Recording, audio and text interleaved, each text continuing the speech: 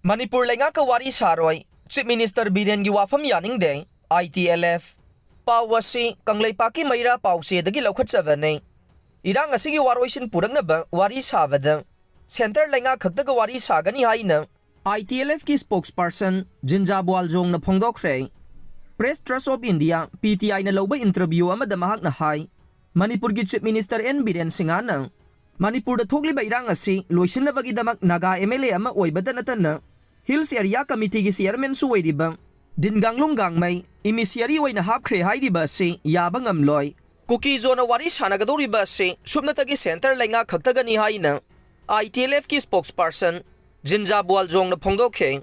Mahang na makata na hai, wari sanaba si, kuki zogi apamba mawongda, kondisyon na magi makada pangthokadava ne. Wari sanabagi thavagasi, Central Government na yatpa thoksil magi makada pangthoklaba matamdada saruk yaga ne. Manipur Government tagi amade, maitay daki tokhay tabahay basina, amat na ngayraba waroisin oiga ne. Government na sige makada, kukizo kaya hatkre, yung kay amade, church kaya may thakre. Kukizo na Leingakka sida thazaba laiti hayba Wapham singsu Pongdokhe.